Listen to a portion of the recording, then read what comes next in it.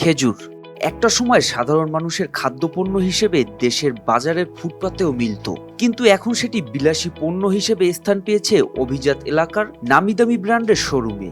অতিরিক্ত লাভের লোভে রাজনৈতিক ক্ষমতা প্রয়োগে বিলাসী পণ্যের তালিকায় স্থান দেওয়া হয় খেজুরকে, যার শতভাগ সুবিধা নিয়েছে টাকা পাচারকারী চক্র।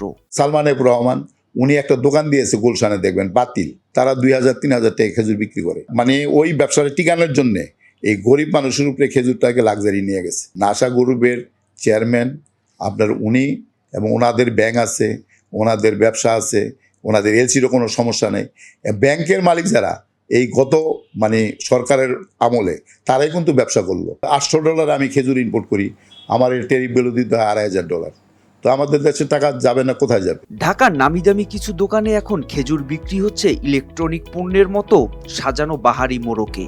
জাতভেদে খেজুরের দামের পার্থক্য বিস্ময়কর। সাধারণ বাজারের সাথে প্রতি কেজিতে পার্থক্য কয়েকশো টাকা। বেক্সিমকো ফ্রুটসের পরিচালনাধীন বাতিল ব্র্যান্ডের ম্যানেজার বলছেন, খেজুরের এই এক্সক্লুসিভ খেতাবের কারণেই দাম বেশি। বাংলাদেশে এটা ফ্রাঞ্চাইজিটা এনেছে হলো বেক্সিমকো ফুড, এরা হচ্ছে এটার ফ্রাঞ্চাইজিটা এনেছে। আর 2021 সালে থেকে বাতিলের এই গুলশানের আউটলেট আছে আর কি। আর বাতিলের মেইন ক্লায়েন্ট হচ্ছে বিশেষ করে বাংলাদেশে অবস্থিত ফরেনার্স, ডিপ্লোমেট যারা আছে, কূটনৈতিক এলাকার মানুষজন এবং এখানকার গুলশানের মানুষজন।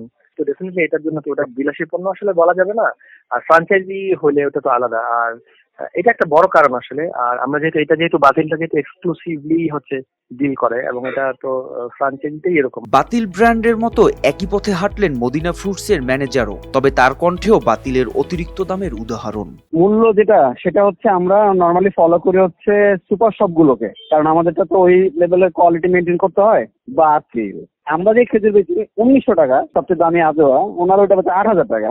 আমরা গেছিলাম আমাদের কিউরিসিটির কারণে, আমরা নিজেরাই গেছিলাম, পরে দেখলাম যে না, এটা একটা ডাকাতি, শুধু মানুষকে হয়রানি, এতটুকু। যার প্রভাব পড়েছে দেশের সাধারণ ক্রেতাদের মাঝে। 2023 সালে খেজুর বিলাসী পণ্যের মর্যাদা পেয়ে আমদানি শুল্ক বৃদ্ধি পেয়ে দাম বেড়েছে দ্বিগুণ, যার ফলে ক্রেতা হারিয়েছে সাধারণ ব্যবসায়ীরা। আমার প্রয়োজন ছিল 1 কেজি, নিলাম হাফ কেজি, দাম বেশির কারণে। যারা 1 কেজি নিত হেরা নেয় আধা কেজি, আর যারা 250 গ্রাম নিত হেরা কইতে আছে খেজুর না খাইলে কি মারা যাবো। তবে খেজুর আমদানিকারক সংগঠনের এই নেতা জানান, খেজুরকে অর্থ পাচারকারী ফল হিসেবে ব্যবহার করছে একটি চক্র। আমদানি লিমিটের মাধ্যমে বৈধ উপায়ে দেশের অর্থ ডলারে রূপান্তর করে পাচার করা হয়েছে। তার দাবি, বিগত সরকারের নতুন আমদানি নিয়মে খেজুরের দাম বৃদ্ধি পেয়েছে, এজন্য শুল্ক কমানোর দাবি জানান তিনি। খেজুরের মূল্যটা যদি আন্তর্জাতিক বাজার হিসাবে বাজার যাচাই করে টেরিফ বিলটা নির্ধারণ করা হয়, এখানে টাকাও পাচার হবে না। একই দাবি জানিয়েছেন সাধারণ ক্রেতা বিক্রেতারা। সাধারণ মানুষের জন্য অনেকটা ব্যয়বহুল, দাম একটু বেশি, এটার দাম কমলে অনেকটা ভালো হতো। যেই সরকার ছিল ওনার আমলের যেই ট্যাক্স ওইটাই এখন ছিল, আশা করি আমাদের এখন যেই সরকার আসছে উনি এগুলো কমাবে।